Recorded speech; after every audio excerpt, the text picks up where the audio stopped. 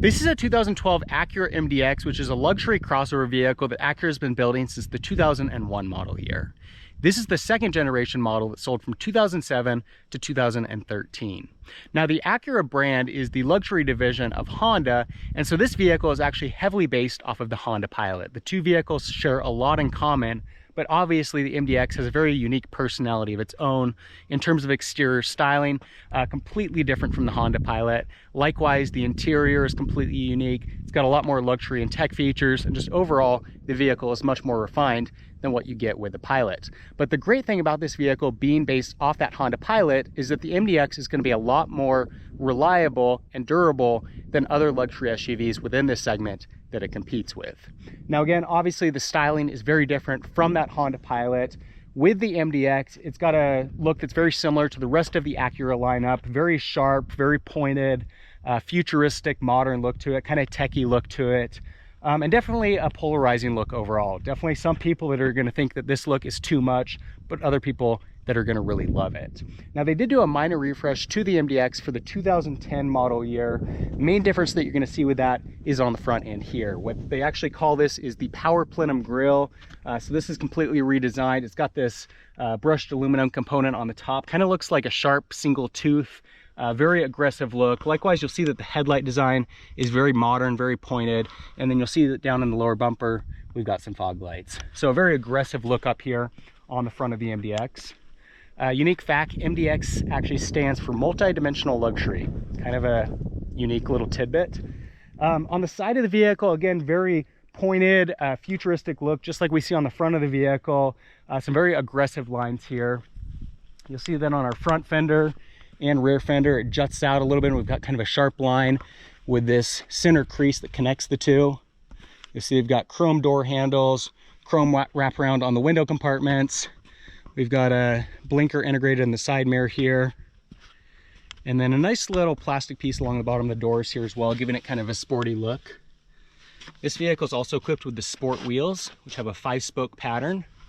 Pretty nice look. And then you'll see that up top we've got a sunroof and then side rails that are also integrated. So pretty good looking side profile on this vehicle. Definitely has a very premium flair to it. Coming around to the back of the vehicle, again, just as we see on the front, very pointed here. It's got kind of this center crease going down the middle. It's very pointed. Likewise, our tail lights are pretty aggressive.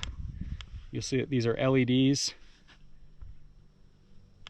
And then down in our lower bumper, we've got dual exhaust. You see they've got the SH all-wheel drive emblem right here. For the second generation of the MDX, they are all-wheel drive. That stands for Super Handling All-Wheel Drive. The first generation model you could get in either front-wheel drive or all-wheel drive. So that's a look at the MDX. Definitely a polarizing appearance to it. Very futuristic, very modern, very pointed. Definitely has kind of a techie look to it. And definitely kind of a love it or hate it type of look. I think it looks pretty good overall. Looking inside the MDX, you'll see that the interior definitely has a premium look to it, but I don't think it's quite on par in terms of the overall design, build quality, and materials with other competition within the segment. But when it comes to actual options, it does stack up pretty well there. We get power windows, power door locks, power mirrors, memory settings for 2 drivers. Of course, we've got full leather seating surfaces, and this driver and front passenger seat are full power with lumbar support on the driver's side. Our steering wheel is power adjustable with this little knob. This is turn off traction control. These are used to adjust those mirrors. On our steering wheel, it is leather wrapped. Upper left hand corner here, we've got audio controls, Bluetooth controls, voice activation features. These buttons are used for adjusting some vehicle settings on the instrument cluster, and then we've got cruise control here in the upper right hand corner. Go ahead and jump in, use our key to fire it up. Our instrument cluster lights up, and you'll see we've got that center LCD screen there in the middle. Again, you can adjust those using these buttons. Center dash, we've got a nice large screen here that duals as a backup camera, and then it's used for our navigation and vehicle audio system. Not real crazy about this system either. Go ahead and press enter here to accept that waiver, and you'll see that the navigation screen jumps up. we push on the info phone button here, brings up a number of settings. We'll press enter again to go into our cell phone settings. So you'll see the functionality is there, but it just has kind of a dated look to it if you compare it to the iDrive system in BMWs or the MMI system in Audis. Again, functionality is all there, but just the system overall feels kind of clunky, looks really dated on the screen. So that's for adjusting that whole system. We do have a dual zone climate control system. So driver's side, front passenger side, vent controls, and then we've got a little LCD screen here that gives us our media settings, clock. We've got a 6-disc CD player. We've got AM/FM radio, XM satellite radio. This is for the CD player. It's also got an internal hard drive, and then you can connect using USB or auxiliary input, or you can connect your phone using a Bluetooth connection. DVD player here, that's for the rear entertainment system. You see we've got heated seats for driver and front passenger. Compartment here that opens up with an ashtray and a 12-volt outlet. Automatic transmission, 2 cup holders. This little guy closes too if you want to conceal those. And then we've got our center armrest here, which opens on 2 sides separately. And then pretty spacious inside. You'll see we've got the auxiliary input here and then a power outlet as well. Close that up. We've got a self-dimming rear view mirror, ability to program up to 3 garage door openers. This here is used to tilt and slide open our sunroof. And then we've got a couple of reading lights and settings for adjusting that. So overall, a lot of luxury and tech features. We do have some nice brushed aluminum accents and wood accents throughout, and a lot of features, but again, the overall functionality of the infotainment system and build quality isn't quite on par with the competition. Looking into this middle row of the MDX, you'll see that it's pretty spacious. Good leg, head, and shoulder room. Our center seat here folds down into an armrest and has 2 built-in cup holders. Up above, we've got an entertainment system with a screen that drops down. And then this little control panel right here is actually a remote that you can pull out. Down below, we've got audio controls that interface with this system, 3 headphone jacks, volume controls, and then a few inputs on the left-hand side.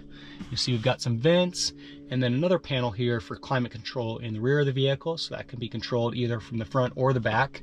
And then we've got heated seats for both of the outer passengers of this middle row.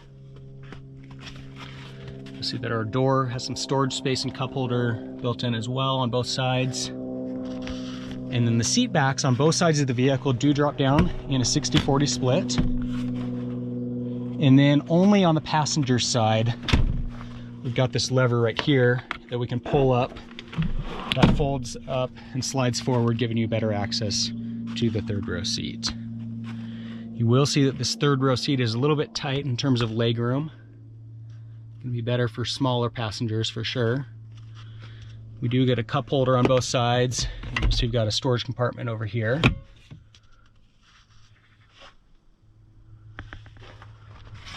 And then this just slides back in place and tilts back. And then we do have an electronic rear hatch back here as well. So push the button here to open that up. And then you'll see inside, again, we've got the 3rd row seat in place. So cargo space is a little bit tight when these are in use. But we can easily drop these seats down into the floor, giving us pretty good level of rear cargo space. We've got this mat protecting our carpet surfaces back here. So you can see with those seats down, cargo space is pretty good.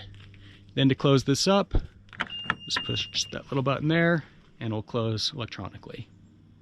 Now, as far as powertrain options go, Acura makes it very easy on you because you've got one choice. All MDXs now come standard with their super handling all-wheel drive system.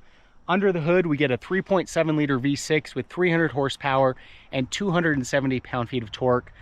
2009 and older models of the 2nd generation have a 5-speed automatic, and then for 2010 and newer models, that's upgraded to a 6-speed automatic. 0 to 60 time on this vehicle is 6.6 seconds.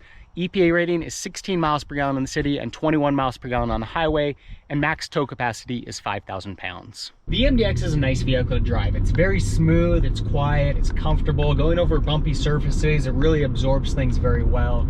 And in terms of overall luxury, it really is a great vehicle to drive. But if you want to drive a little bit more aggressively, you're looking for a more dynamic driving experience, in terms of the overall sportiness of this vehicle, I'm a little disappointed.